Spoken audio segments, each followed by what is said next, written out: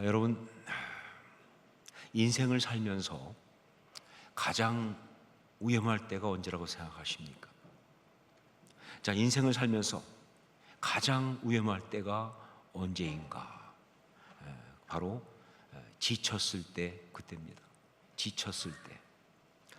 관계도요, 지쳤을 때가 정말 위험합니다. 부부 관계도 그렇고 심지어 부모 자식 관계도 그렇습니다. 서로 싸우고 갈등하고 그럴 때보다 정말 위험할 때가 뭐냐? 서로에 대해서, 상대방에 대해서 지쳐갈 때. 그때 그 관계는 정말 위험한 겁니다. 삶을 살아가는 것도 그렇습니다. 어떤 어려움이나 감당 못할 충격을 받는 것보다 정말 그 삶에 큰 위험이 되는 것은 바로 그런 어떤 여러 일들 여러 번 경험하면서 지쳤을 때, 그때가 진짜 위험한 거예요.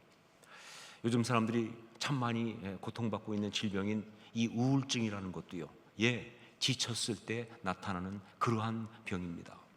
그리고 또 요즘 많은 사람이 고통받고 있는 공황장애라는 것도요, 그것도 사실은 스트레스에 지쳤을 때, 그때 거기에 대해서 너무 지쳤으니까 격렬하게 반응하는 것이 바로 공황장애인 것이죠. 신앙도 그렇습니다. 신앙의 가장 큰 위기는요, 영적으로 지쳤을 때, 그때 가장 큰 문제가 되는 거예요. 이것은 사역자들에게도 예외가 아닙니다. 우리는 구약에서 가장 능력 있는 하나님의 사람 가운데 한 사람으로 엘리야를 꼽습니다. 이 사람은요, 별명이 뭐냐면 불의 선지자입니다. 그럴 정도로 아주 파워풀한 사람이에요, 엘리야. 자, 그런데 이런 불의 선지자라고 하는 이 별명을 가진 엘리야도요, 악한 상대방 이세벨이 무너지지 않고 계속 공격을 하면서 그러다 그 공격 앞에 지시니까 그 혹독한 시간을 견뎌냈던 사람이, 그 엄청난 대결에서도 무너지지 않았던 그런 사람이 말이죠, 광야로 도망을 해서 로뎀나무 아래 들어 누웠더라고요. 죽기를 구하면서. 이게 바로 지친다는 거예요. 여러분, 다시 말하지만 지친다는 것은요, 정말 엄청난 삶의 위기인 것입니다. 특히 신앙인에게는요, 이 지친다고 하는 것은 가장 큰 영적인 공격이다라고 말할 수가 있죠. 자, 그런데 오늘 말씀에 언약을 받은 하나님의 사람 아브라함 이야기가 나오는데 어떤 모습이냐? 바로 지쳤을 때의 이야기가 나옵니다. 언약을 받은 하나님의 사람 아브라함의 이야기 가운데 그가 지쳤을 때의 이야기가 오늘 나오고 있어요. 그러니까 오늘 말씀은요, 그의 신앙, 그의 언약의 삶의 최대의 위기의 순간이다라고 말할 수가 있어요. 겉으로 볼 때는 아니죠. 그냥 특별해 보이지 않지만, 아니요, 정말 위험하고 정말 그 삶의 위기가 온 그런 순간이라고 말할 수가 있습니다. 아브라함이 처음 언약을 받은 것은 그의 나이 75세 때 이야기입니다. 여러분, 75세라는 것은요, 상황이 어떠하든 간에 굉장히 나이가 많이 먹은 겁니다. 자, 그렇기 때문에 이미 오랜 시간 무엇인가를 바라고 소망하고 기다리다가 거의 포기한 그런 상태에 있을 때, 그때 하나님의 언약을 받았다, 그 말이에요. 자, 그런데 그렇게 지쳐있던 그에게 하나님의 언약이 임하면서, 그러면서 새롭게 소망을 불어넣으시고, 그러면서 소망의 삶이 시작된 거예요. 언약의 삶이 시작된 거예요. 그때 그에게 준 이 세 가지는요, 그 삶의 정말 중요한 문제였죠. 그게 바로 뭐냐면 땅과, 그리고 자손과, 그리고 복의 근원이라는 세 가지였어요. 땅과 자손과 복의 근원이라고 하는 세 가지 언약을 주신 거예요. 자, 그런데 여러분, 이 셋 중에서 아브라함에게 가장 피부에 와닿는 게 어떤 것이었을까요?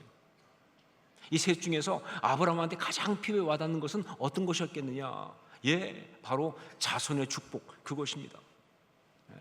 인간의 본성상 자녀를 두고 싶은 것이 가장 강하기도 하지만, 현실적으로 특히 그의 나이를 감안할 때 가장 절박하고 초조한 것이 바로 이 문제였다는 거죠. 자손의 문제. 사람은 그런 것입니다. 어떤 거창한 이야기보다도요, 이렇게 피부에 와닿는 것이 가장 절박한 게 그게 인생이에요. 그게 사람이에요. 특히 이 자손에 대한 언약은요, 그 나이하고도 정말 밀접한 관계가 있어서, 그래서 정말 그 언약과 현실 사이의 간격이 너무 크게 느껴지는 바로 그런 문제였습니다. 여러분, 언약을 받고 살아가는 사람, 그런 사람의 입장에서 그를 정말 지치게 하는 게 뭐냐? 그래요. 그 언약이 아직 이루어지고 있지 않은 현실, 그 현실, 이것이 반복되는 것, 이게 정말 지치게 만드는 거예요. 언약을 받고 살아가는 사람 입장에서는요, 다른 어떤 것보다 그 언약이 이루어지지 않고 있는 현실을 반복적으로 계속 경험한다는 것이 너무 지치게 하는 거예요. 바로 그러한 어려움을 아브라함이 지금 겪고 있는 것이죠. 보세요. 자손을 주시겠다고, 그것도 아내 사례를 통해 자손을 주시겠다고 그렇게 분명히 약속을 하셨는데, 그런데 현실은 뭐예요? 자녀가 하나도 없는 거예요. 그러니까 매달 얼마나 기다렸겠습니까? 매년 얼마나 기다렸겠습니까? 정말 아브라함 자신도 그렇고 아내인 사례도 그렇고요, 정말 나이를 자꾸 먹어가니까 가능성은 점점 줄어들고 있고, 아니 사라지고 있는데, 그래도 혹시 이번 달은, 혹시 이번 해는 하면서 정말 기다리고 기대했다가 또 실망하면서, 그러면서 지쳐가는 바로 그런 상태, 이게 지금 아브라함의 상태예요. 이런 지쳐버린 아브라함의 마음이 그대로 드러나는 것이, 하나님께서 아브라함에게 아브라함아 두려워하지 말라, 나는 내 방패요 너의 지극히 큰 상급이니라 라고 말씀하셨을 때, 그때 아브라함이 주 여호와여 무엇을 내게 주시려 하나이까? 나는 자식이 없사오니 나의 상속자는 이 다메섹 사람 엘리에셀이니이다 라고 대답하는 바로 이 장면입니다. 여러분 지금 말씀 들으면서 느끼셨겠지만, 아브라함의 마음이 꼬였다 하는 걸 느낄 수 있죠, 그렇죠? 아브라함의 마음이 상당히 꼬여 있습니다. 지금 상처를 많이 받고 그래가지고 정말 지친 거예요. 이런 식의 말이죠. 하나님, 방패는 무슨, 아니 상급은 무슨 얼어 죽을, 물론 얼어 죽으리란 말은 없지만 거의 그런 분위기죠, 그렇죠? 상급은 무슨 상급? 아니 당장 지금 아무것도 없는데, 아니 무엇을 해준 게 있다고 하나님께서 주 여호와여 무엇을 내게 주시어 하나이까? 이 말은 뭐예요? 해준 게 뭐가 있다고? 아니 내가 예수 믿어가지고, 하나님 믿어가지고 얻은 게 뭐가 있다고, 이런 얘기 아닙니까? 결국은 자식이 하나도 없는데, 이 문제가 안 풀리고 있는데, 이런 어떤 하나님 앞에 볼멘 소리를 할 만큼, 사실 오늘 말씀은요, 우리가 보기에도 정말 아슬아슬하고 불편한 그런 상황인 것이 분명합니다. 자, 그런데 여기서 우리가 한 가지 봐야 될 것이 있어요. 정말 중요한 것이 뭐냐?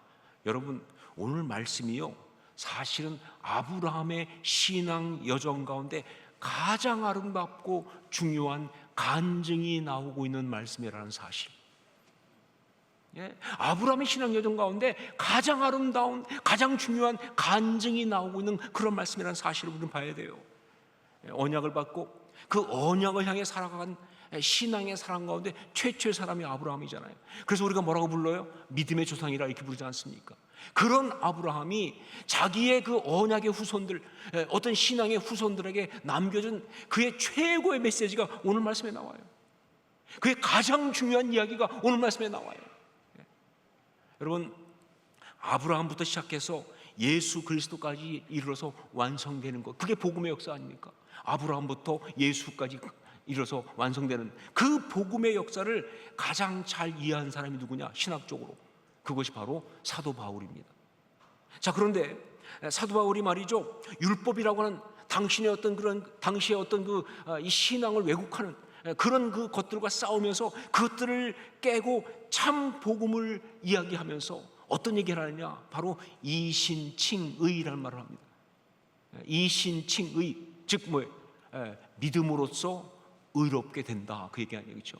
믿음으로써 의롭다 칭을 받는다는 그 아주 굉장히 중요한 복음의 핵심을 이야기하는데, 그때 그 이신칭의를 얘기하면서 그가 전가의 보도처럼 그 모든 유대 율법주의들을 단숨에 쓸어버릴 때 사용하는 유명한 성경 구절이 하나 있어요. 그게 바로 창세기 15장 6절, 오늘 말씀이에요. 창세기 15장 6절 같이 읽겠습니다. 함께 읽습니다. 아브라함이 여호와를 믿으니 여호와께서 이를 그의 의로 여기시고 아브라함의 신앙의 핵심을 그대로 드러낸 이 말씀, 언약의 삶이라는 그 복음의 삶이 무엇이고 그것이 어떻게 아름다울 수 있는지 그걸 그대로 드러낸 그 말씀이 바로 오늘 말씀에 나오고 있다, 그런 이야기예요. 자, 어떻게 이럴 수 있을까? 분명 우리가 봤지만 오늘 말씀은요, 정말 위험한 말씀 아닙니까? 순간 아닙니까? 예, 아브라함이 지쳤어요. 그것 때문에 그 마음이 상했어요. 그래서 그의 신앙과 삶에 정말 위기인 순간이에요. 그런데 어떻게 이런 이야기가 완전히 뒤집혀서 이렇게 그의 신앙의 가장 놀라운 승리와 축복의 이야기가 될 수 있을까 하는 거죠. 그 답이 바로 뭐냐면 상담 기도입니다. 그 답이 바로 상담 기도. 그렇습니다. 아브라함은 지쳤어요. 그리고 이것은요, 그의 삶에 정말 위기였어요. 그런데 그런 상황에서 아브라함이 어떻게 했느냐? 하나님께 상담을 하는 그런 기도를 했기 때문에 이게 뒤집힌 거예요. 하나님께 상담하는 기도를 했기 때문에 이게 바뀐 거예요. 이게 정말 놀랍고 아름다운 신앙의 결과로 뒤집어진 거예요. 여러분, 이게 중요합니다. 여러분, 우리가 신앙생활을 한다고 할 때 아주 중요한 것이 바로 기도 아닙니까? 기도. 그러니까 기도를 할 줄 모르면요, 사실 신앙이 없는 거예요. 기도를 할 줄 모르면 아예 신앙이 없는 거예요. 그리고 기도를 한다 할지라도 어떤 기도를 하는가에 따라서 그의 신앙의 등급과 내용이 결정납니다. 자, 그런데 상담하는 기도, 이건요 최고 등급의 기도예요. 상담하는 기도는요 최고의 기도입니다. 혼자 일방적으로 기도하는 게 아니죠. 자기의 소원을 아뢰고 구하고 그래서 하나님께 그것을 갖다 얻으려고 하는 일종의 단순 거래가 아닙니다. 이건 바로 자신의 중심을 하나님 앞에 가지고 나가서 그 하나님과 인격적 교제를 하면서, 이 인격적 교제라는 게 얼마나 기가 막혀요. 그러면서 하나님의 그 응답하심으로 다른 어떤 물건을 얻는 것이 아니라 힘을 얻고, 그 마음이 힘을 얻고, 그러면서 하나님과 더 가까워지는, 바로 그게 상담 기도니까. 그러니까 이건 최고의 기도죠, 그렇죠?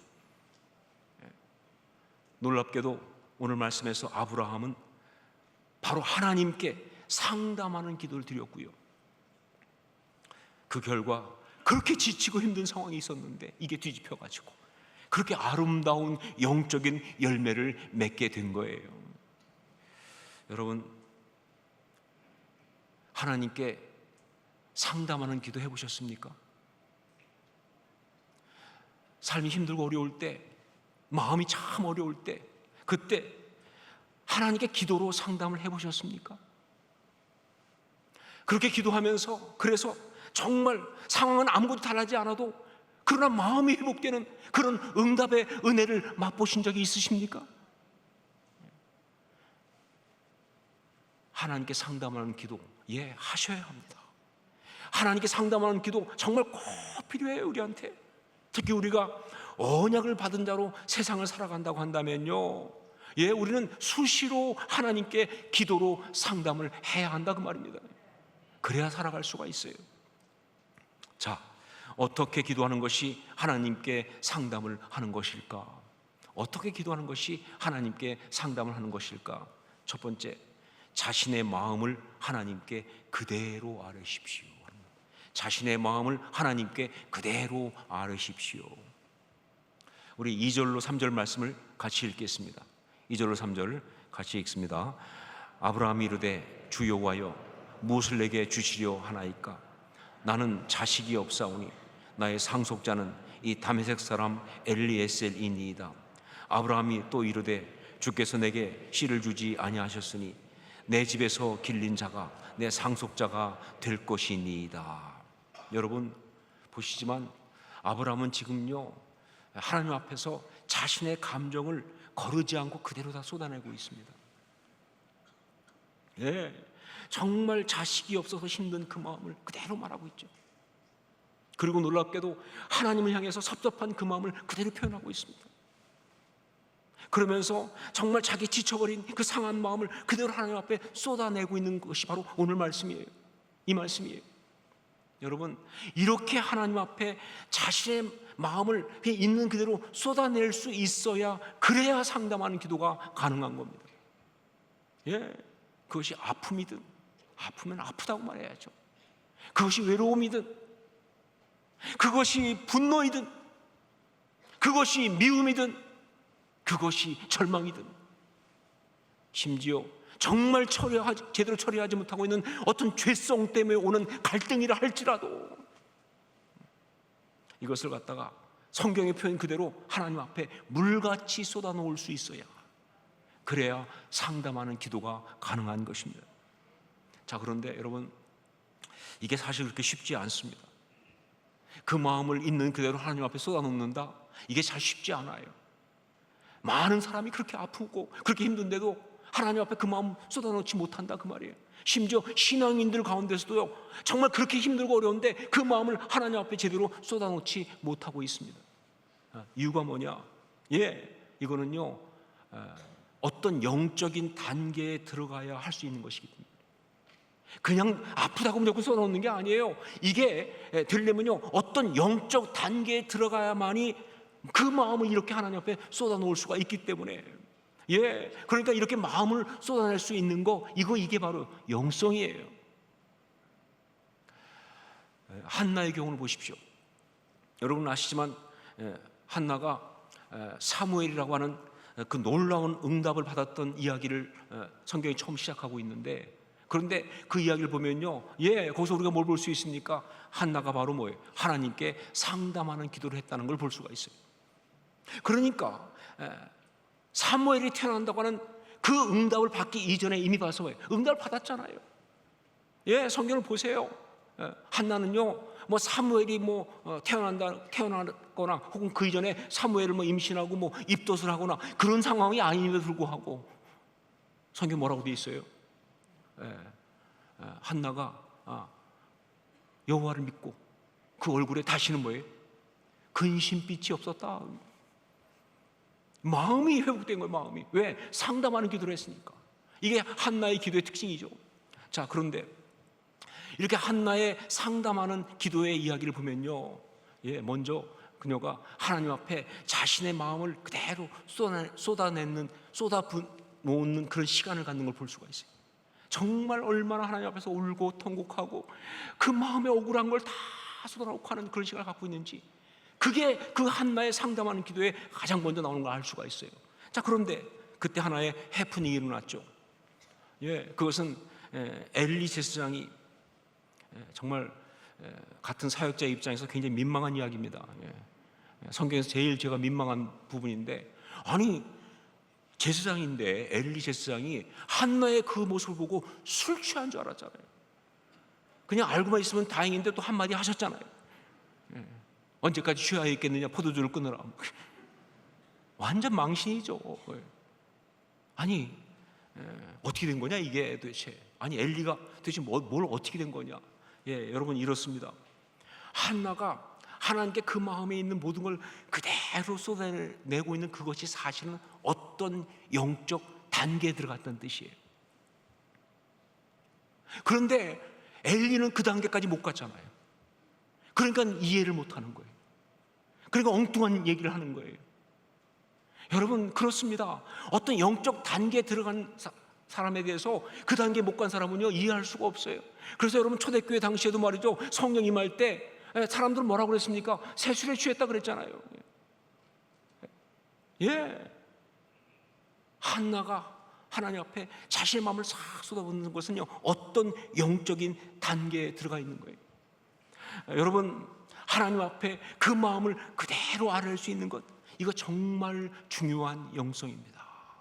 우리가 신앙생활하면서 반드시 가져야 될 정말 중요한 영성이 바로 이거예요.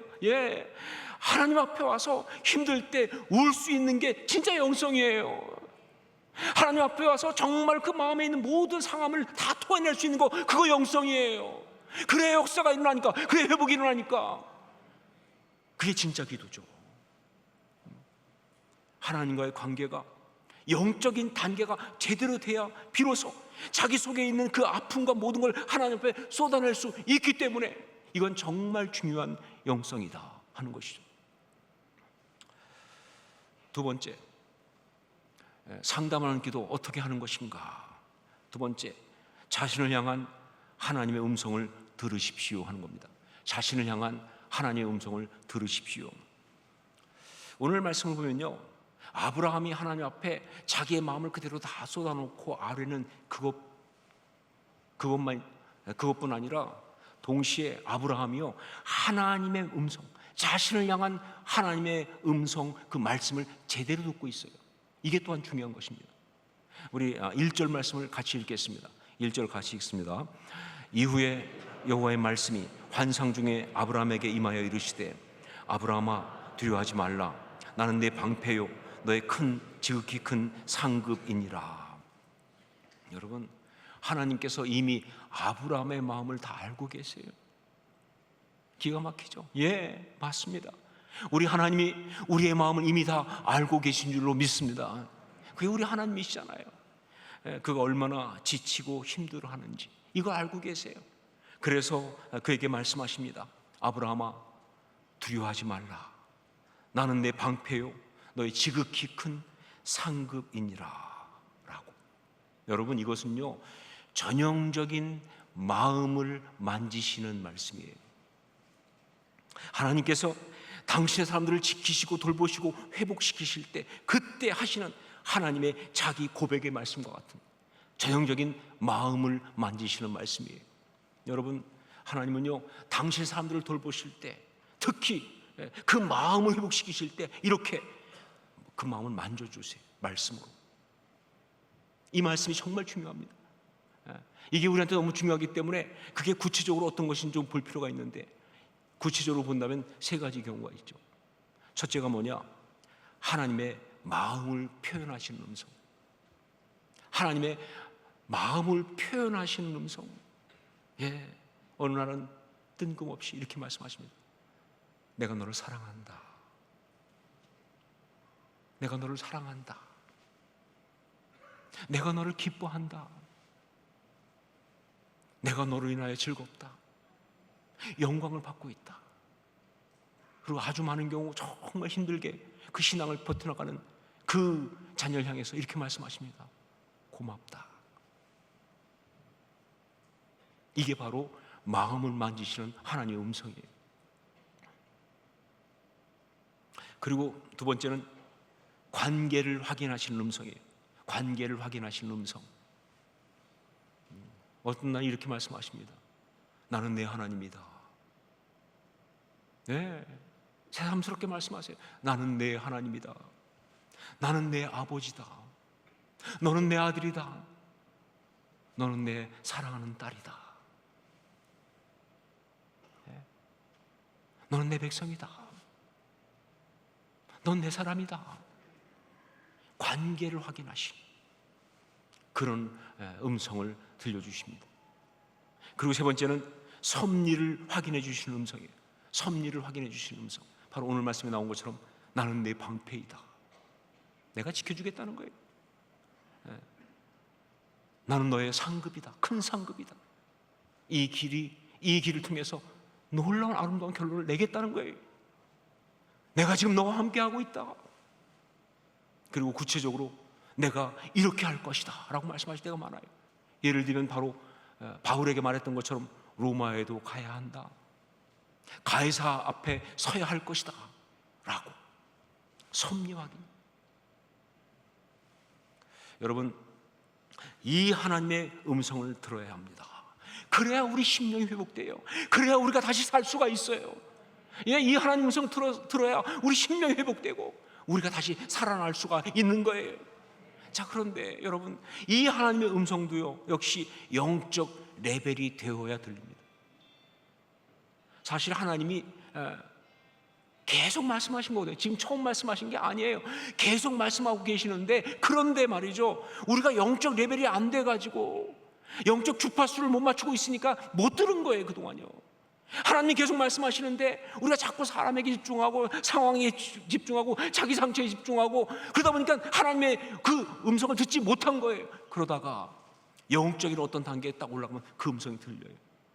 그 순간 내 영이 살아나는 거예요. 그 순간 내 마음이 살아나는 거예요.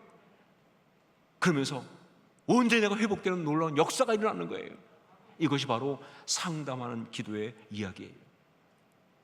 저는 여러분 모두가 다 이렇게 하나님의 음성을 들을 수 있는 영성의 사람이 될 수 있기를 주의 이름으로 축원합니다. 이건 양보할 수가 없어요. 절대로 필요합니다. 세 번째, 상담하는 기도 어떻게 하는 것인가? 하나님께 설득되십시오 하는 겁니다. 하나님께 설득되십시오. 우리 먼저 4절 5절 말씀을 함께 읽겠습니다. 4절 5절 같이 읽습니다. 여호와의 말씀이 그에게 임하여 이르시되 그 사람이 내 상속자가 아니라 내 몸에서 날짜가 내 상속자가 되리라 하시고 그를 이끌고 밖으로 나가 이르시되 하늘 우러러 뭇별을 셀 수 있나 보라. 또 그에게 이르시되 내 자손이 이와 같으리라. 하나님이 지금 아브라함을 설득하고 계십니다. 아브라함이 지쳐서 그냥 다메섹 사람 엘리에셀로 상속자로 하시죠. 더 이상은 전 못 기다립니다. 더 이상은 이 길을 갈 수가 없습니다. 더 이상 이 어려움 감당 못합니다. 그냥 현실적으로 가고 싶습니다. 그냥 쉽게 그냥 가고 싶습니다. 저는 더는 못하고 그냥 포기하고 싶어요 라고 이야기할 때 하나님은 정말 열심히 아니라고 하면서 아브라함을 설득하고 계세요.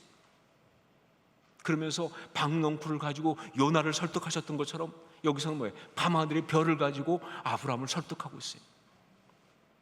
예, 우리 하나님 바쁘세요. 예, 설득하기 위해서 막 생물학도 하시고 뭐 천문학도 하시고 다 하셔야 되니까. 이어서 6절 말씀을 읽겠습니다. 6절 같이 읽습니다. 아브라함이 여호와를 믿으니 여호와께서 이를 그의 의로 여기시고.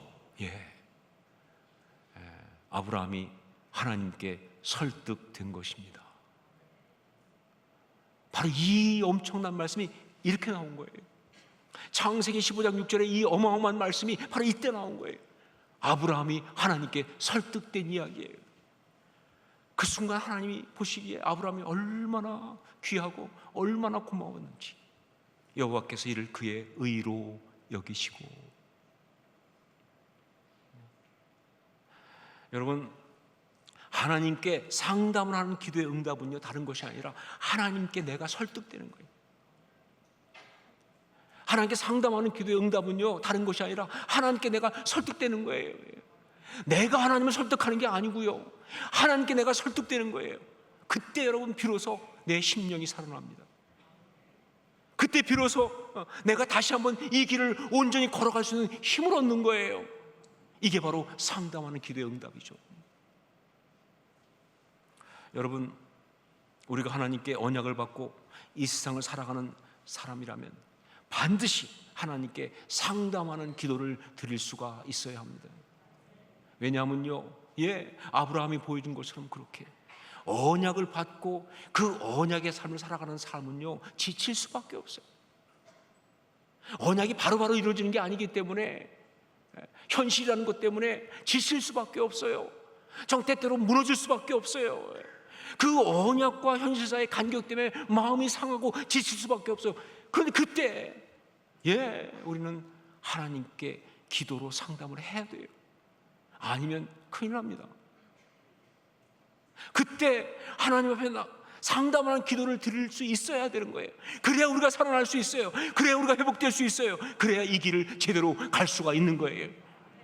여러분, 삶 속에서 정말 언약과 현실 사이의 간격 때문에 힘들고 어려운 순간을 맞았을 때, 그것 때문에 마음이 지쳤을 때 놓치지 않고 하나님 앞에 나아가서 상담하는 기도를 하는 여러분 모두가 될 수 있기를, 제가 될 수 있기를 주의 이름으로 축원합니다.